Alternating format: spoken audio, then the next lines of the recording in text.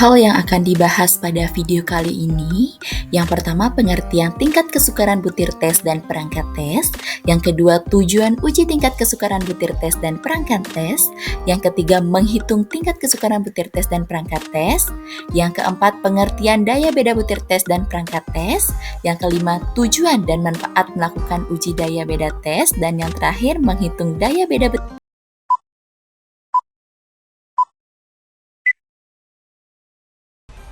Pengertian tingkat kesukaran butir tes dan perangkat tes.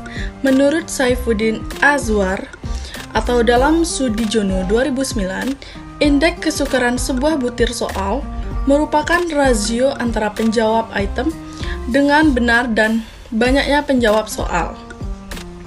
Kemudian, menurut Witherington dalam Anna Sudijono dan Arikunto 2009, indeks kesukarannya itu bilangan yang menunjukkan sukar dan mudahnya suatu soal berkisar antara 0,00 sampai dengan 1,00. Indeks kesukaran ini menunjukkan taraf kesukaran dari suatu soal, maka semakin besar angka indeks kesukaran, maka soal semakin mudah, di mana jika angka kesukaran 1,00 maka soal dijawab dengan benar oleh seluruh peserta tes. Sebaliknya, semakin kecil indeks kesukaran dari suatu soal, maka soal semakin sukar, di mana jika seluruh peserta ujian menjawab dengan salah satu butir tersebut. Maka, sebagai aturan yang umumnya diikuti, indeks kesukaran biasanya diklarifikasi sebagai berikut.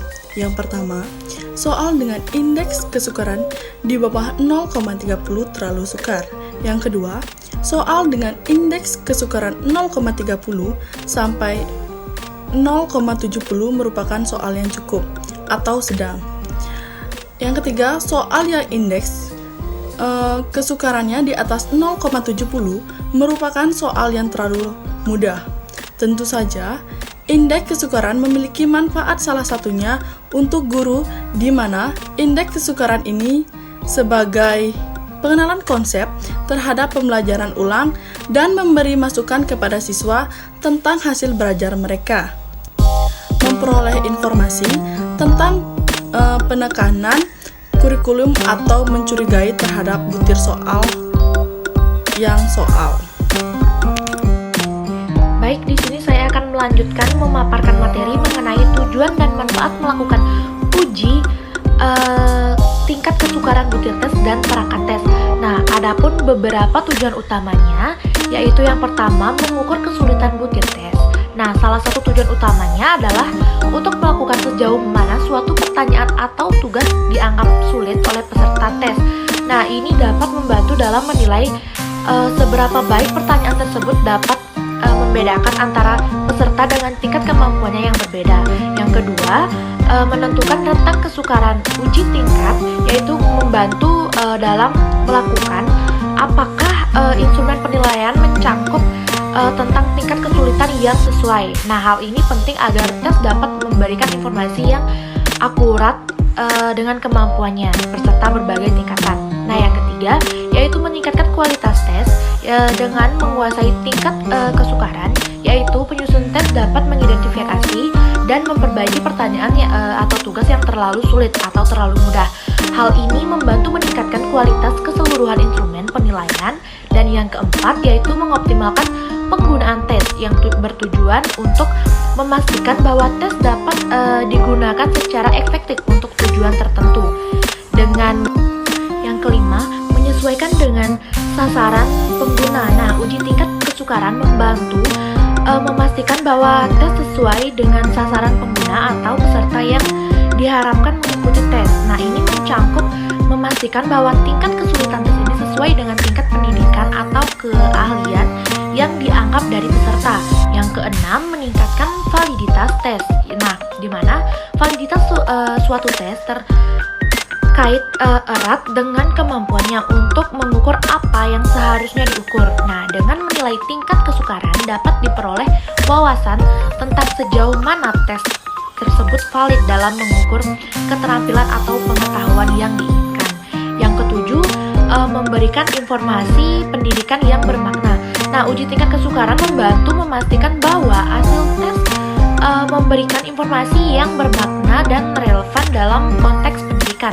Nah, tes yang terlalu sulit atau terlalu mudah mungkin tidak memberikan informasi yang berguna. Nah, yang terakhir, yang ke-8, yaitu mendukung pembuatan. Nah, di mana keputusan berbasis data dengan memiliki pembahasan yang baik tentang tingkat kesulitan, para pengambil keputusan dapat menggunakan data tes untuk membuat keputusan yang lebih akurat dalam konteks pendidikan. Selanjutnya, menjelaskan cara atau teknik menghitung tingkat kesukaran butir tes dan perangkat tes disertai dengan contoh. Yang pertama, cara menghitung tingkat kesukaran butir tes soal. Tingkat kesukaran butir tes soal merupakan bilangan yang menunjukkan proporsi peserta ujian yang dapat menjawab bentuk butir soal. Rumusnya yaitu P sama dengan NP per N. P itu artinya proporsi atau angka indeks kesukaran butir soal. NP itu yaitu banyaknya peserta tes yang dapat menjawab betul butir soal.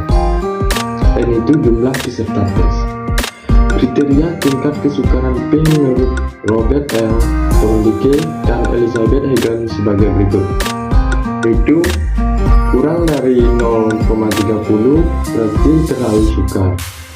0,30 sampai 0,70 berarti cukup ada sedang. Lebih dari 0,70 berarti terlalu mudah.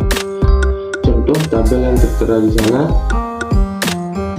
5 orang siswa mengerjakan 5 soal. Butir soal yang pertama jumlahnya yaitu 3, berarti 3 per 5 sama dengan 0,6. Tingkat kesukaran nomor 1 adalah 0,6 berarti cukup ada sedang. Soal nomor 2 yaitu jumlahnya 1, berarti 1 per 5 sama dengan 0,2. Jadi tingkat kesukaran soal nomor 2 adalah terlalu sukar. Soal nomor 3 jumlahnya yaitu 3, berarti 3 per 5 sama dengan 0,6. Jadi tingkat kesukaran soal nomor 3 0,6 berarti cukup ada sedang.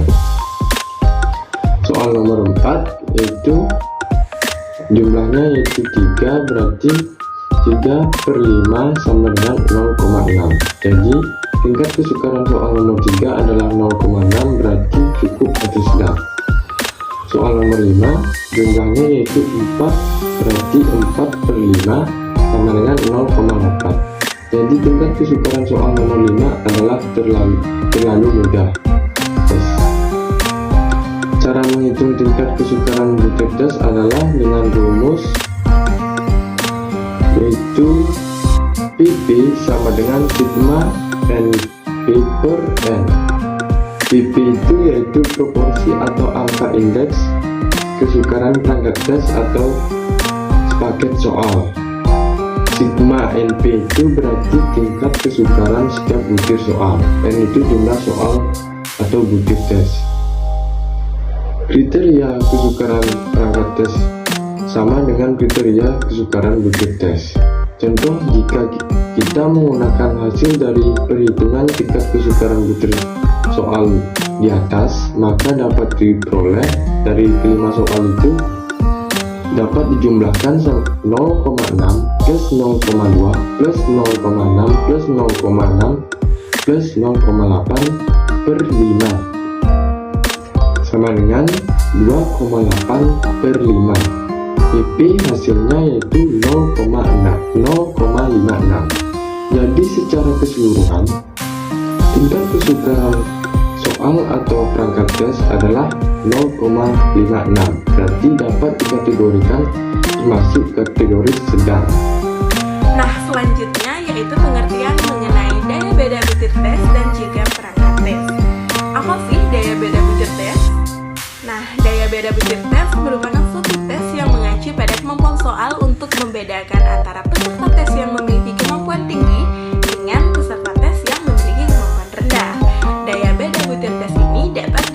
dengan berbagai cara.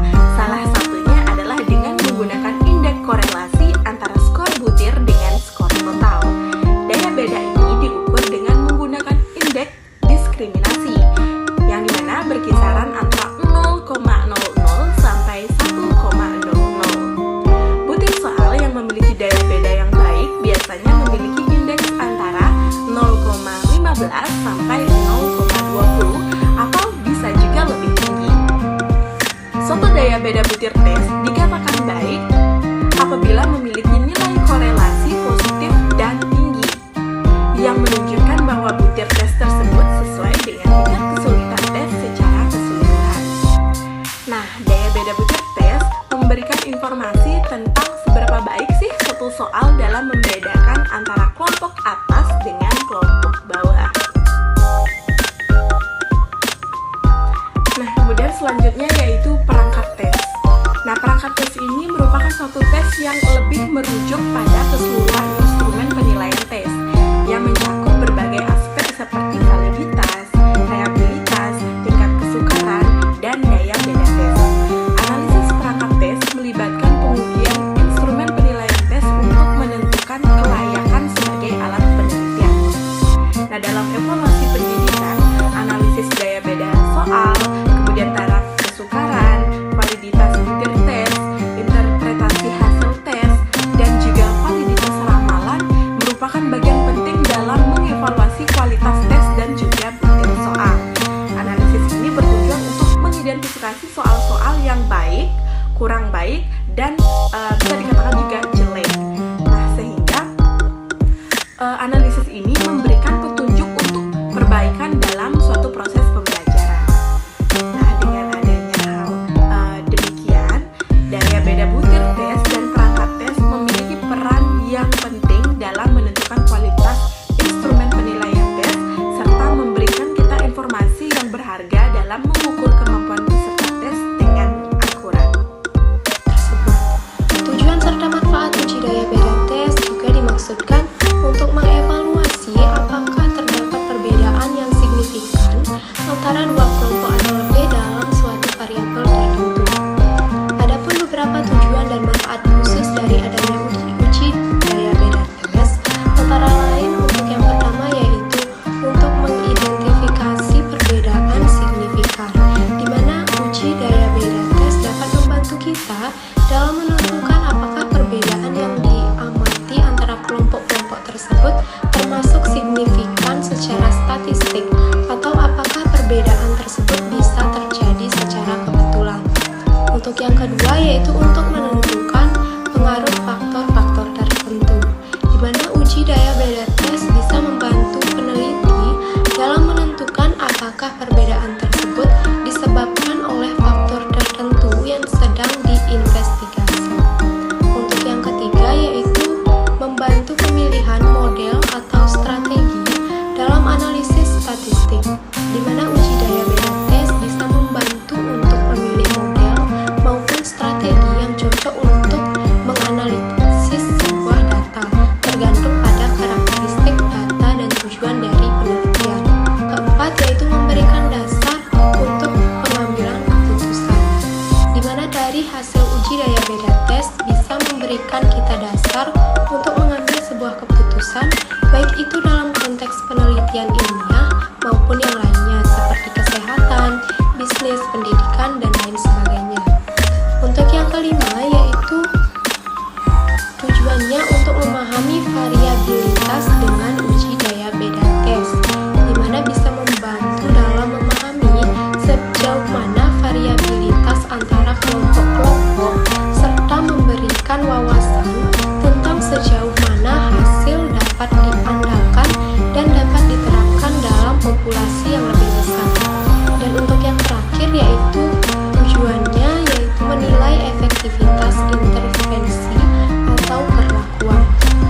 Dalam penelitian intervensi, uji daya beda tes bisa dipergunakan untuk menilai efektivitas sebuah perlakuan terhadap kelompok perlakuan dibanding dengan kelompok kontrol.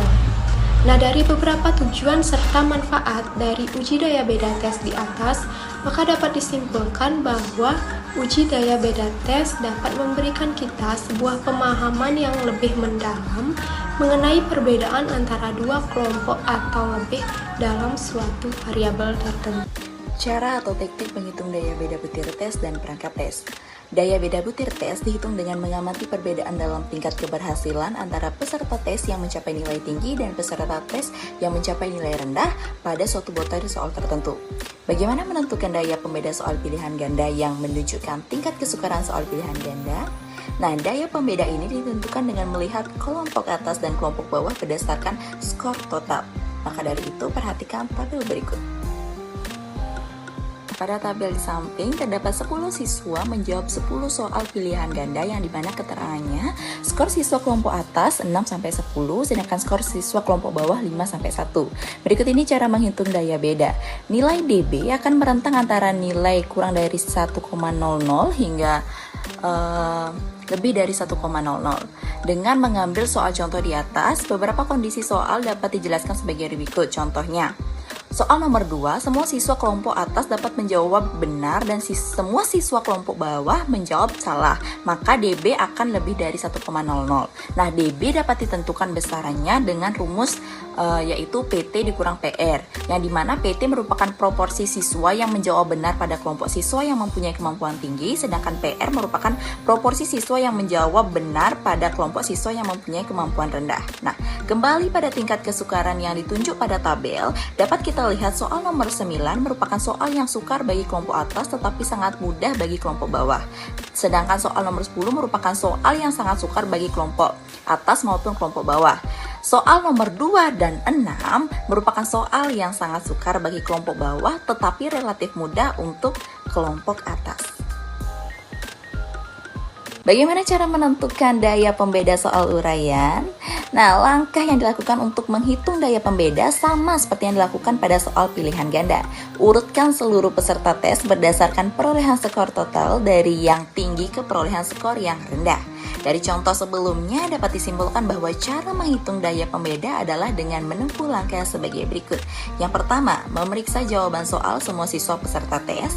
Yang kedua, membuat daftar peringkat atau urutan hasil tes berdasarkan skor yang dicapainya. Yang ketiga, menentukan jumlah siswa kelompok atas dan kelompok bawah. Yang keempat, menghitung selisih tingkat kesukaran menjawab soal antara kelompok atas dan kelompok bawah. Yang kelima, membandingkan nilai selisih yang diperoleh. Dan yang terakhir, menentukan ada tidaknya daya pembeda pada setiap nomor soal dan kriteria.